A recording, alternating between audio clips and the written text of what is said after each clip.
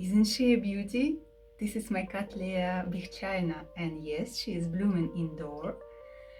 In this video I'm going to show you how I made it happen in Germany in winter. Let's dive in! Have you ever wondered what's the best way to grow and bloom Cattleya orchids indoors? In today's video, I'll show you 3 methods: growing in a coconut fiber pot, mounted on bark, and in a transparent plastic pot. Plus, I'll reveal which one worked best for me, and how you can do it too. Let's take a quick look at the 3 methods. First, a coconut fiber pot provides excellent aeration but requires more frequent watering. For substrate, I use sphagnum moss. I water all my orchids from the top rather than soaking them. Since I have a large collection, it's inconvenient to move each pot around. The downside of the coconut fiber pot is that the roots do not feel confined, they grow through the walls of the pot.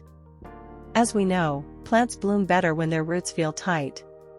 As a result, my Cattleyas grow a lot of foliage, but do not bloom.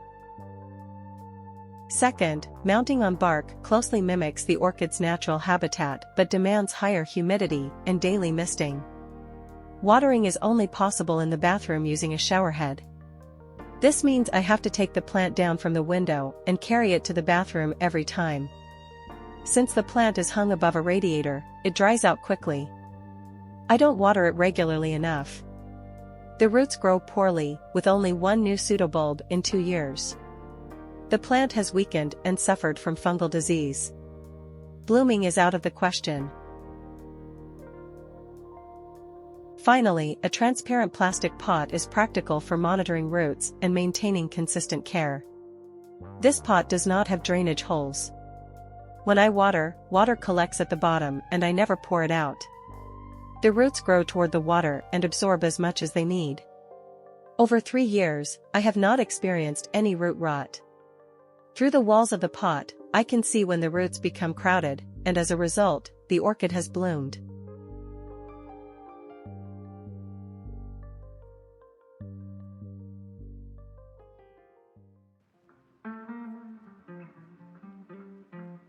For planting, I use slightly different substrates for each method.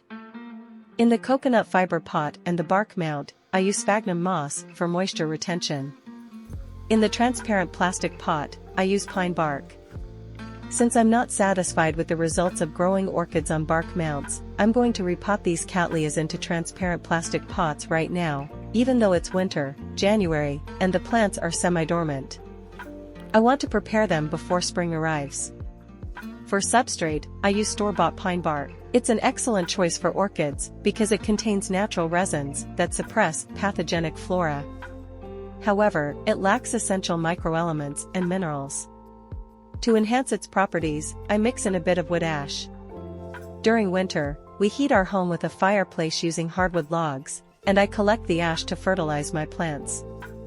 Pine bark is naturally acidic, while ash neutralizes it, creating a balanced environment for the orchids. Wood ash can be purchased at garden centers if you don't have a fireplace to collect it yourself. A cup of wood ash can be infused in 10 liters of water and left to steep for 3 days. The resulting solution can be used to water the substrate after the orchids have finished blooming. As I remove the moss from the roots, my suspicions are confirmed: the roots of these Cattleyas haven't grown since they were mounted on bark. Over the past 2 years, the original roots dried up, and only 2 new roots have developed. The moss smells musty, and I regret the wasted time.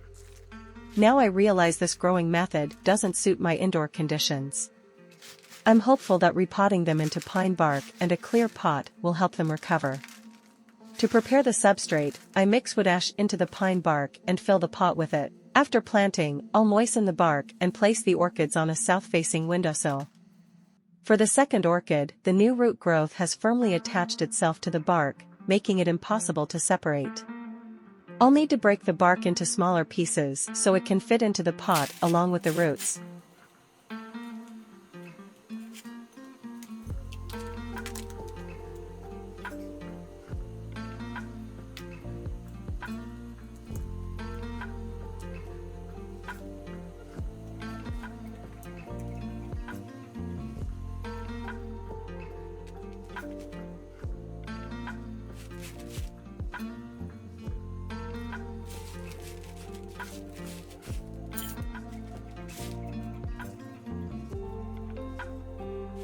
growing Cattleyas demands consistent care and patience.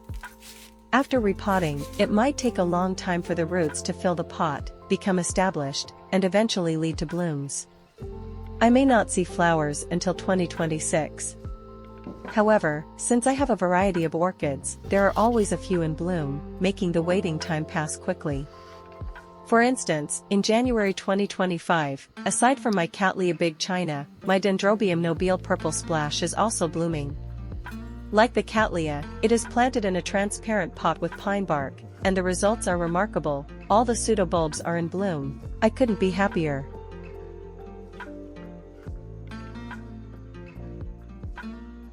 After trying all three methods, I found the transparent plastic pot to be the most convenient and effective for consistent blooms.